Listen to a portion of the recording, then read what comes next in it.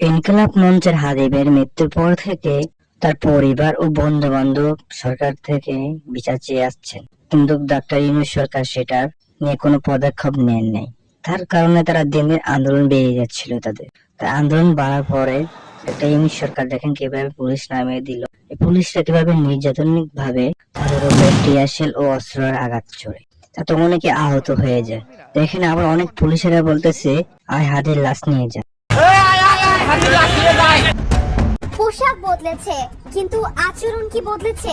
রাজপথে ছড়িয়ে পড়া একটি বাক্যই নতুন করে আবারও এই প্রশ্নের জন্ম দিয়েছে।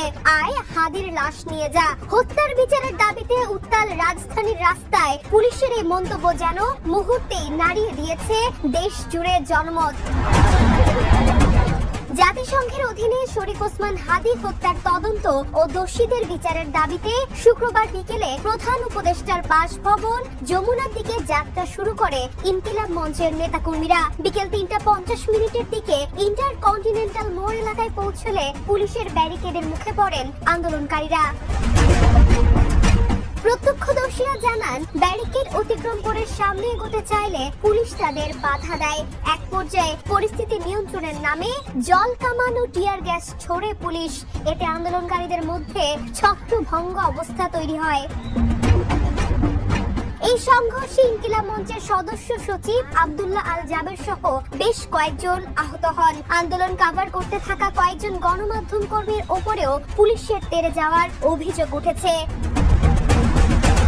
তবে উত্তেজনার কেন্দ্রবিন্দুতে আসে পুলিশের একটি কথিত মন্তব্য ও আচরণ। হাদি হত্যার বিচারের দাবিতে যখন রাজপথ উত্তাল, ঠিক তখন আন্দোলনকারীদের উদ্দেশ্যে পুলিশের পক্ষ থেকে করা আপত্তিকর মন্তব্য সামাজিক যোগাযোগ মাধ্যমে ছড়িয়ে পড়ে। পাশাপাশি কিছু অশোভন অঙ্গভঙ্গির ছবিও ভাইরাল হতে শুরু করে, যা নিয়ে শুরু হয়েছে তীব্র বিতর্ক। নেট দুনিয়ায় এই ঘটনার প্রতিক্রিয়া ছিল মিশ্র। একাংশ বলছেন জনশৃঙ্খলা রক্ষায় পুলিশ তাদের দায়িত্বই পালন করেছে। আবার অন্য পক্ষের প্রশ্ন, সরকার বদলালেও কি আইন শৃঙ্খলা বাহিনীর মানসিকতায় পরিবর্তন আসেনি?